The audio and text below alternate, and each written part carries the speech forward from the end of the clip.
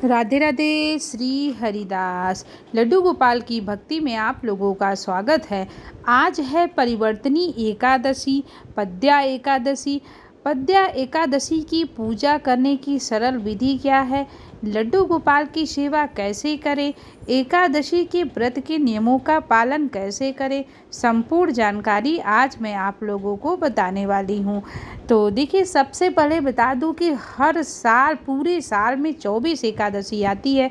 हर एकादशी का अपना महत्व होता है। और यदि हमने घर में लड्डू गोपाल जी को, राधा रानी जी को रखा है, तो उनकी सेवा हमें एकादशी पे बहुत ही अच्छे से करना चाहिए। तो सुबह का टाइम हो चुका है, तो जिस दिन एकादशी होती है उस दिन हमें ठाकुर जी को अच्छे से स्नान कराना है और विधिवत स्नान कराना है। और आप यदि एकादशी का व्रत रखते हैं तो व्रत के नियमों का पालन जरूर करना चाहिए। आज है 25 सितंबर 2023। 25 सितंबर को आज परिवर्तनी एकादशी है। परिवर्तनी एकादशी को पद्या एकादशी, वामन एकादशी भी कहा जाता है।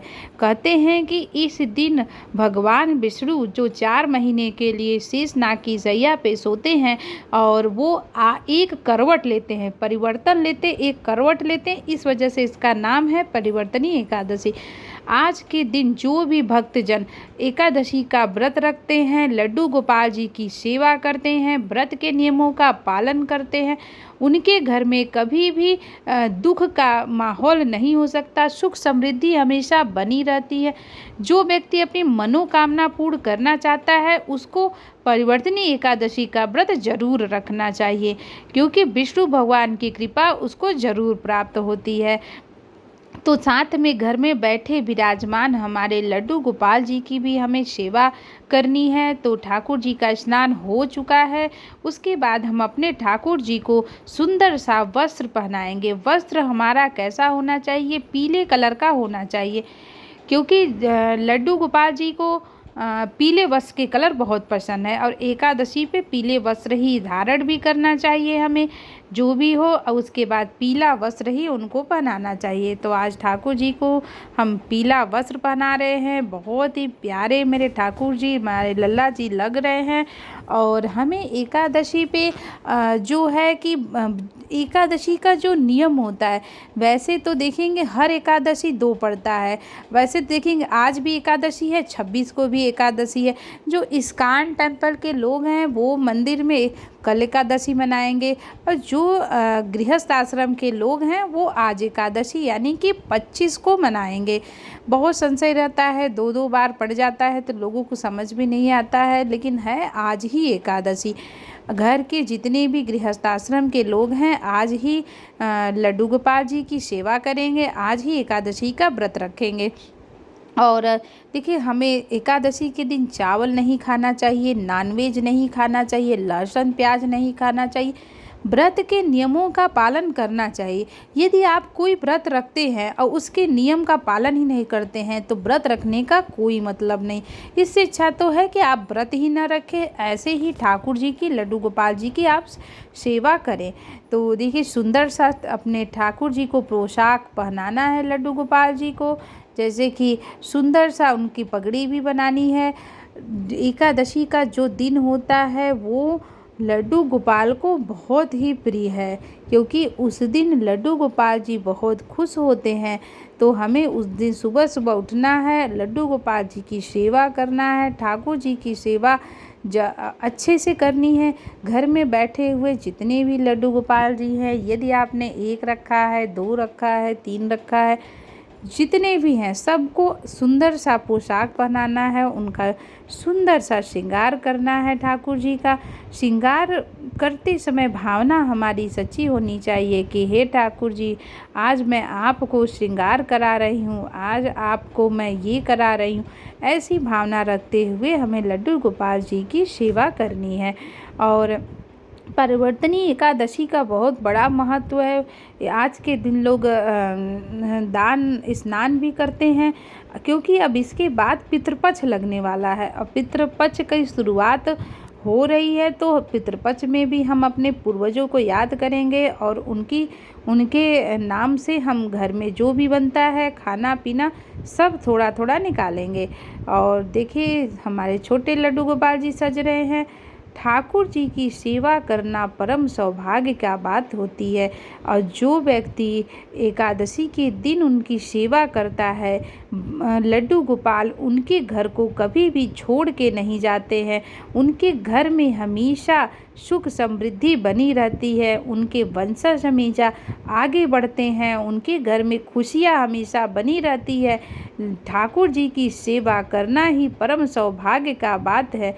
तो आप जो भी ठाकुर जी की सेवा करते हैं, श्रद्धा पूर्वक आप जितना कर सकते हैं आप उतना ठाकुर जी की सेवा करें, क्योंकि गृहस्थ आश्रम में रहकर ठाकुर जी की सेवा करने में बहुत सी दिक्कतें आती हैं। लेकिन यदि आपका मन सच्चा है, आप जितना भी समय लड्डू गोपाल जी के लिए निकाल रहे हैं उतना ही समय काफ़ी होता है हमारे ठाकुर जी के लिए। एकादशी के दिन हमें राधा रानी जी का भी सुंदर सा श्रृंगार करना है, क्योंकि हमारी ये प्यारी राधा रानी है। तो राधा रानी जी को भी हमें बहुत सुंदर सा तैयार करना है, सुंदर सा उनको पीले कलर का पोशाक पहनाना है लड्डू गोपाल जी को। क्योंकि देखिए चाहे राधा रानी लड्डू गोपाल जी दोनों, यदि आपने लड्डू गोपाल जी को रखा है, राधा रानी जी को नहीं रखा है तो कोई बात नहीं, आप अपने लड्डू गोपाल जी को भी राधा रानी बना सकते हैं। और यदि आपने बाल स्वरूप राधा रानी जी को रखा है तो आप उनकी सेवा ज़रूर करें। और ये हैं छोटे ठाकुर जी, तो हमें छोटे ठाकुर जी को भी सुंदर सा पोशाक पहनाना है, उनकी सेवा करनी है।